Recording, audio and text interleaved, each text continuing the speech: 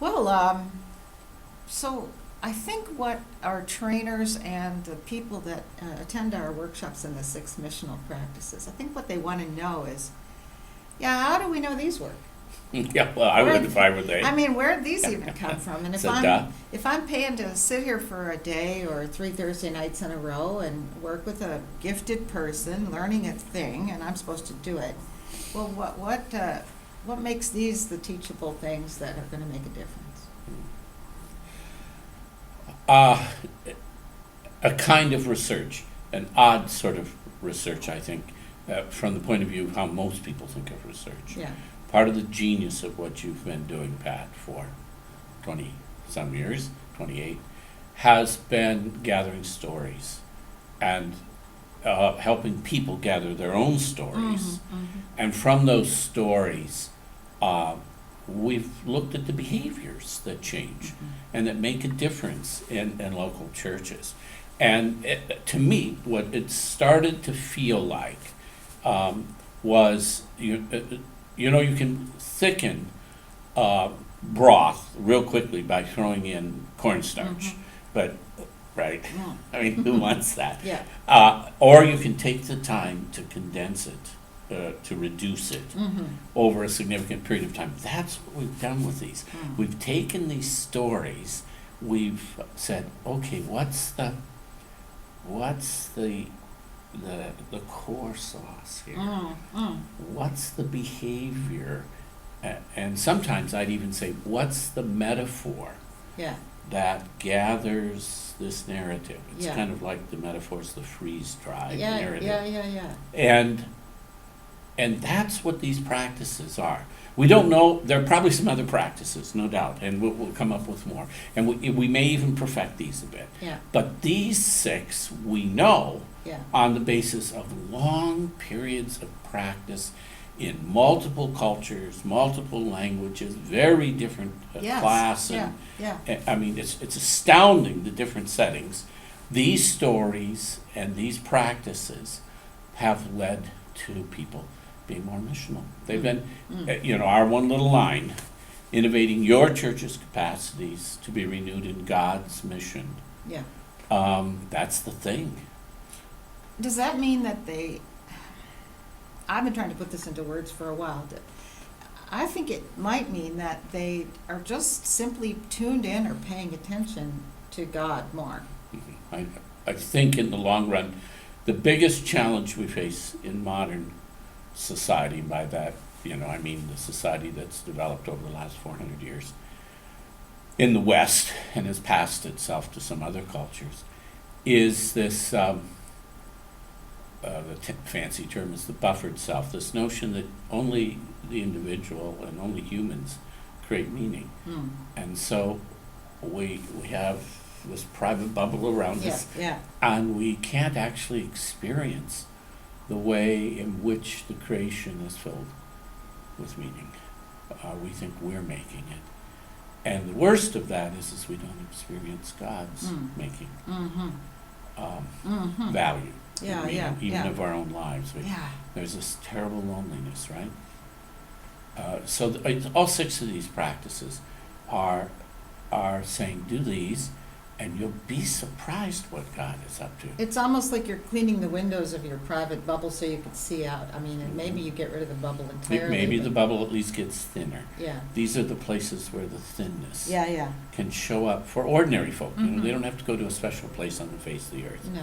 I mean, there are thin places, I don't question that. Yeah. But these are practices that make the ordinary thin to the presence of God. Okay, so like dwelling in the world, for example, when we're in our daily rounds of life, and we're paying attention, looking for people of peace that God may have put on our path, or that God may have put us on their path, or when we seek out persons of peace.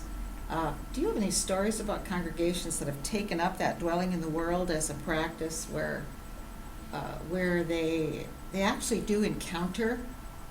It was kind of it's been very interesting to watch over the last 8-9 years now in Great Britain, Yeah.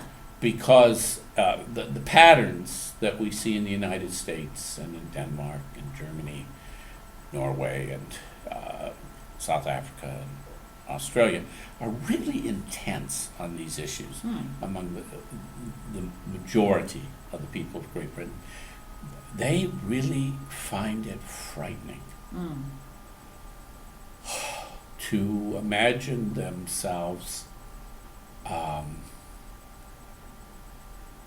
doing anything as intimate as talking about their faith Yeah, with a stranger. Yeah, I yeah.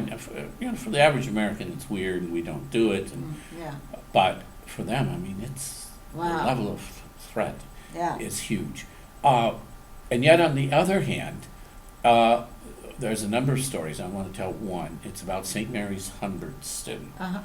So now St. Mary's is a church where there are people who are buried in the churchyard, back to the 13th and 12th century.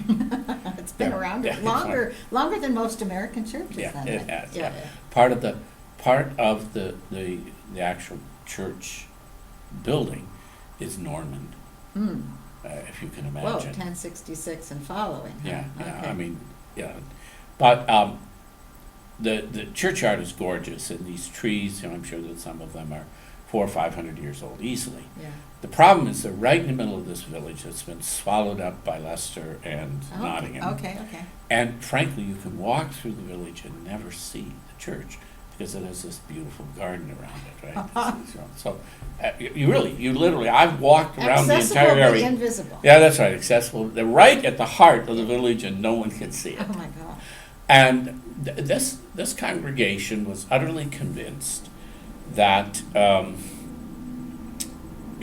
are the people in your neighborhood?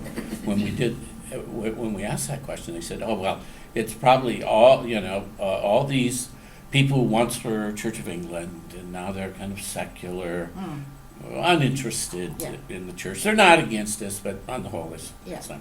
So when we actually did the demographics, they discovered that actually well over 60% of the people within the community were very religious and very active in the religion. They just weren't Christian. They were people from various subcontinent of India, faiths, Hindus, some people call that, lots of Muslims, etc. Yeah. So one of the women who was on the steering team, his name was Viv. Lively. And she had been working on this dwelling in the world. And Viv, in all honesty, is not an extrovert. She's, even for an English woman, she's shy. Right? Nice, very friendly, but shy. Yeah. So she's out hanging up her clothes. Yeah. Something I always find absolutely bizarre that anyone in the Midlands, the East Midlands, ever thinks you're going to be able to dry your clothes on By the line. hanging them outside. Yeah, I mean, it's just, well, anyway. But anyway. Anyway, so she was, and the lady next door was doing the same thing. And she had noticed that this woman was kind of a person of peace. And so she started chatting with her, and the woman invited her for tea. Now, that's a very English thing to do, right? But the tea was something she had grown herself. Her name was Mina, I believe, who was Muslim. And she'd grown this mint tea herself. Wow. And on the basis of that conversation, St. Mary's came up with this idea of hosting a festival of faiths, festival of religions for the community, in which all the different religions who wanted to could put up booths and share food, et cetera, et cetera. Oh, the food would be the best. Yeah, it would, no doubt, and it was. Yeah.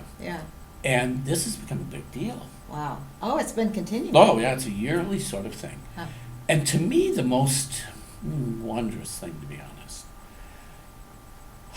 is it's freed these English men and women who happen to be Church of England, these Christians, to, as it were, come out of the closet as Christians not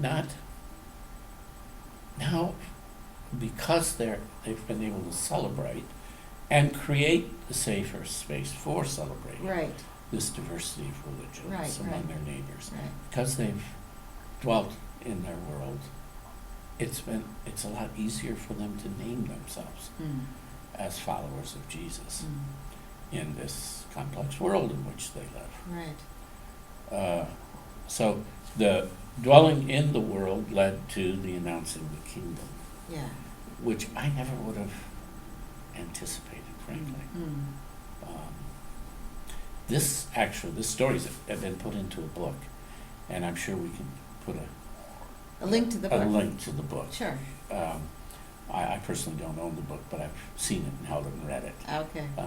But it's a very interesting story. So even in American culture where we're shy to do this, we don't want to prevail on someone else and so on. We see this shy woman hanging out clothes and eventually having tea with another shy woman, who eventually their whole communities come together, at least yearly. But that breaks the ice for Now, lots of other who things. knows how many Oh, yeah, conversations. lots of other things. Yeah. Okay. Good story. And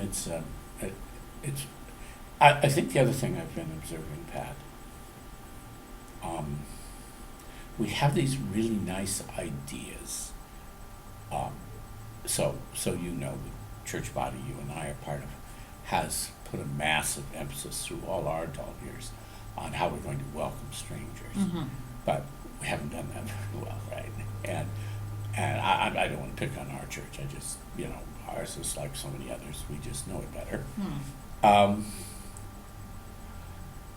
And we tend to leave this in the abstract, this Yeah. concept of welcoming the stranger, Yeah. Yeah. Yeah. whatever these principles are, being diverse, being pluralistic, or whatever. Yeah. And when you help people to actually name these people of peace and the relationships they have as they actually are, Yeah. as it were, to embody the concept, Yeah. it changes their capacity to act on it. Mm-hmm. So, oddly enough, these practices are doing that. They're helping people to embody abstractions so that the ordinary folk can act on them. And as you said earlier, they're built on relationships. All of them. So the relationships that are born, if you don't get anything else from doing a practice, you get maybe deeper, better relationships. You do. And then when that happens in a small group in a congregation, then that becomes writ large, because the congregation then enters into relationships with other people. Yeah.